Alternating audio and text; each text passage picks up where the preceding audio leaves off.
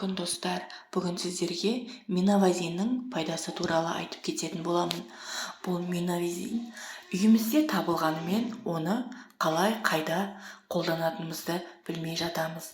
Сол туралы айтып кететін боламын. Менің каналыма міндетті түрде тіркеліп, видеомды соңына дейін көріп, лайк баса кетіңіз.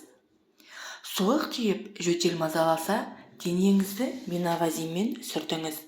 Арқа мен кеудені аталған препаратпен сылап, кейін бірден жылы орамал немесе қалың киініп алыңыз. Болмаса төсекке жатыңыз. 2-3 рет жасау арқылы жөтелден құтылуға болады. Және сіз қайда ауырып қалмайтын боласыз. Егер сізде ангина басталса, дәрігер тағайындаған дәрі-дәрмектен басқа миновазинмен тамақ аймағыңызды сүртіңіз. Жылы оранып, одан кейін жату керек. Ал мұрын бітіп жатса, алдымен бір мұрын тесігін жауып, иіскеп, ал кейіннен келесі мұрныңызды жауып иіскесеңіз, мұрныңыз демде ашылатын болады.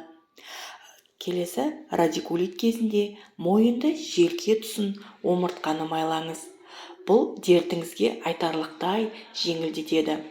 Ұзақ уақыт бойы тұрақты түрде денеңізді майлай отырып, буындарыңыздағы тұздардың шөгуін толық емдеуге болады.